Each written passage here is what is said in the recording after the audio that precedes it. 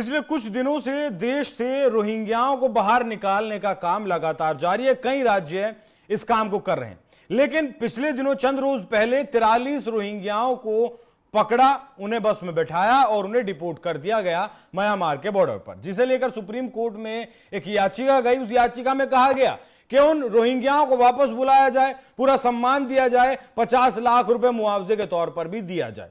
उस पर सुनवाई हुई, हालांकि सुप्रीम कोर्ट की तरफ से फटकार लगाई गई। और किस तरीके से अब जैसे ही रोहिंग्याओं को डिपोर्ट करने का काम शुरू हुआ है, वैसे ही पूरा इकोसिस्टम, इस देश के लोग इन रोहिंग्याओं के पक्ष में आकर खड़े हो गए हैं, इनके अधिकारों की वो बात करने लगे हैं। कौन सा वो इकोसिस्टम है, क्या वो काम कर रहा है, उसी विषय पर आज चर्चा करेंगे। चर्चा करने के लिए मेरे साथ मौजूद हैं हमारे वरिष्ठ सहयोगी पंकज प्रसून। सर, बहुत बहुत स्वागत। सर, ये इकोसिस्टम है कौन, लोग इस इकोसिस्टम में काम क्या कर रहे हैं, कैसे, मतलब शुरुआत से बताइएगा। बिल्कुल। देखिए, पिछले कुछ दिनों से इस देश में कुछ अजीब हो रहा है। अजीब इसलिए कि एक गोंजाल्विस साहब है, नाम है कोलिन गोंजाल्विस। उन्होंने सुप्रीम कोर्ट में एक याचिका दायर की और कहा कि रोहिंग्याओं को समंदर में उठा उठा के फेंक रहा है भारत। हैरानी, मतलब अजीब सी याचिका थी। सुप्रीम कोर्ट ने उस याचिका की सुनवाई की और पूछा इस कोलिन गोंजाल्विस से कि क्या सबूत है कि ये फेंक रहा है। तो इन्होंने सुप्रीम कोर्ट को बताया कि सोशल मीडिया पे है, मतलब पाकिस्तान वाला तरीका कि जो है सोशल मीडिया पे सबूत है। सुप्रीम कोर्ट ने कहा कि सोशल मीडिया पे कोई कुछ भी लिख देगा तो आप सुप्रीम कोर्ट में याचिका दायर कर दीजिएगा क्या। फिर उन्होंने कहा कि नहीं, एक आदमी ने म्यांमार से फोन किया था और उसने बताया कि समंदर में फेंक रहे हैं। सुप्रीम कोर्ट ने डांट दिया, कहा कि यार पागल आदमी, कोई ठोस सबूत लेके आओ तब याचिका लगाओ, और फिर उसको खारिज कर दिया। लेकिन फिर मैंने देखा कि सुप्रीम कोर्ट में लगातार याचिकाएं आ रही है रोहिंग्या से जुड़ी हुई, उनके पक्ष में। और किस तरह के लोग कर रहे हैं याचिका दायर, आप समझिए, प्रशांत भूषण। अब फिर मैंने इन लोगों की प्रोफाइल खंगालनी शुरू कर दी कि ये कर क्या रहे हैं।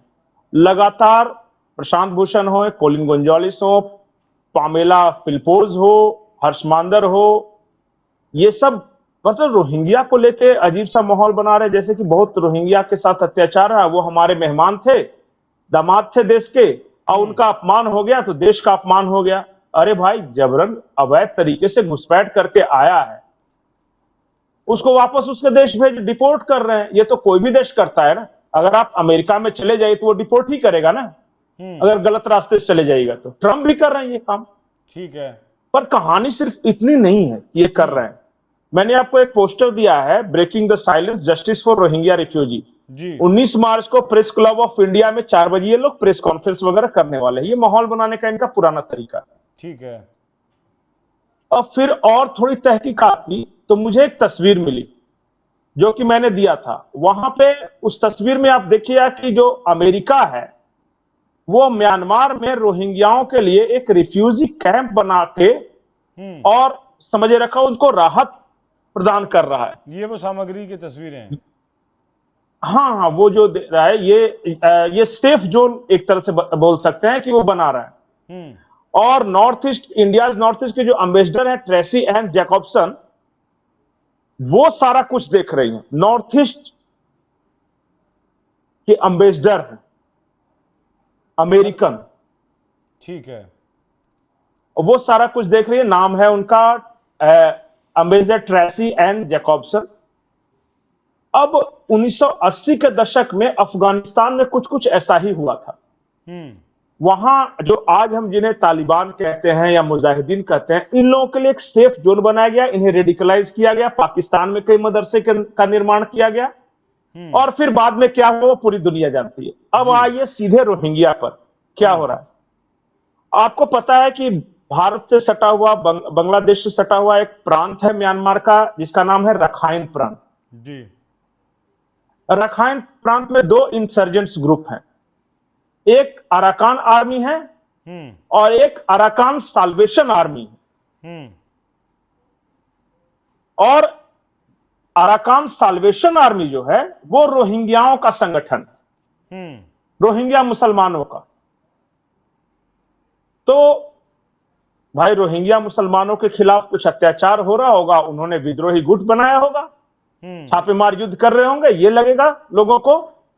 लेकिन फिर उसके नाम पे आप जाइए, जब मुसलमानों की कोई फौज रहती है तो साल्वेशन वर्ड यूज नहीं किया जाता।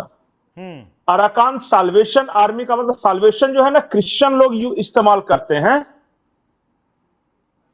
और तो रोहिंग्या मुसलमानों का संगठन क्रिश्चियन नाम कैसे रखा हुआ है? फिर पता चला कि ये जो अराकान साल्वेशन आर्मी है इसको डायरेक्ट सीआईए से फंडिंग प्राप्त हो रही है रखाइन प्रांत में। और बांग्लादेश के अंदर, जिस तरह पाकिस्तान के अंदर मदरसे बनाकर उन्हें रेडिकलाइज किया गया था, बांग्लादेश के अंदर ये रोहिंग्या मुसलमानों को और बांग्लादेश के कुछ मुसलमानों को बाकायदा टेरर कैंप में ट्रेनिंग दी जा रही है और भेजा जा रहा है, और पूरा का पूरा पैसा सीआईए प्रोवाइड कर रही है। अच्छा, अब आसान शब्दों में समझाता हूं मामला क्या है।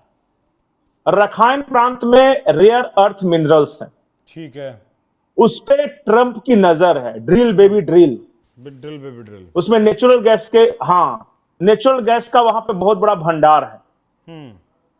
उस पे नजर अमेरिका की है। अमेरिका चाहता है कि उस इलाके में उसका कब्जा हो। और म्यांमार आर्मी या चाइना, म्यांमार आर्मी कुछ नहीं है, बस चाइना उसको डायरेक्ट सपोर्ट कर रहा है, वो चाहती है कि हमारा कब्जा हो। अब इसी के लिए वो पूरी लड़ाई है, और रोहिंग्या मुसलमानों को एज ए टूल उसी तरह इस्तेमाल किया जा रहा है वहां हमले के लिए, जैसे पाकिस्तान के इस तरह के मुसलमानों को रेडिकलाइज किया गया था और अफगानिस्तान में इस्तेमाल किया गया था। अब एक और बड़ा खुलासा, आपने देखा होगा कि बांग्लादेश में तख्ता पलट हो गया, और बाकी लोगों को लगा होगा कि चलिए भाई स्टूडेंट का आंदोलन है, वहां शेख हसीना की सरकार से परेशान है। लेकिन नहीं, वो तख्ता पलट सीआईए ने करवाया है। और पीटर हेंस नाम का एक एम्बेसडर था वहां पे बांग्लादेश में, उसने तख्ता पलट के ठीक कुछ दिन पहले एक ट्वीट किया कि good bye Dhaka, happy journey करके, और वो चला गया। आमतौर पे जब एम्बेसडर छोड़ते हैं ना तो वहां प्रधानमंत्री से मिलते हैं वगैरह, ये करके वो चुपचाप चला गया, बिना मिले, बिना मिले हुए। उसको सब पता था कि हमने अपनी तैयारी कर ली है।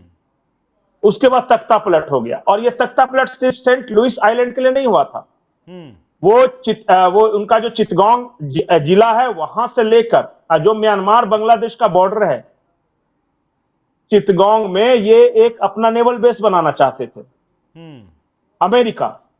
और सेंट लुइस वो क्या लुइस मार्टिन आइलैंड है, वहां भी ये बनाना चाहते थे।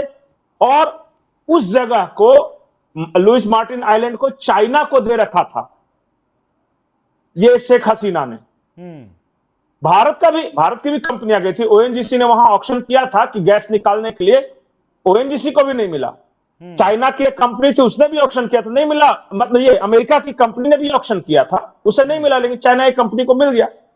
इस बात को लेकर अमेरिका का ईगो हर्ट था, और ये पूरा हुआ। अब आते हैं भारत में रोहिंग्या को लेकर क्यों सिंपैथी, और ये पूरे खेल के साथ भारत का क्या रिश्ता। ये सिर्फ म्यांमार पर या रखाइन प्रांत पर कब्जे की लड़ाई नहीं, ये नॉर्थ ईस्ट पर कब्जे की लड़ाई है, और वहां स्यूडो क्रिश्चियन स्टेट बनाने की लड़ाई है। और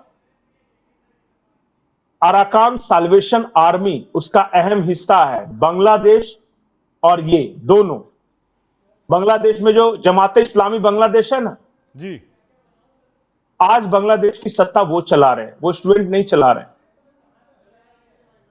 और वहां अल कायदा, आईएसआईएस के आतंकी ढाका और बांग्लादेश में सब पहुंच चुके हैं।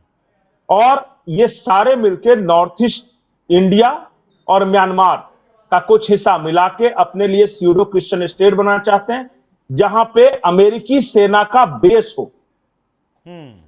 ये पूरी लड़ाई है। नहीं समझ में आया, ज्यादा कॉम्प्लेक्स था।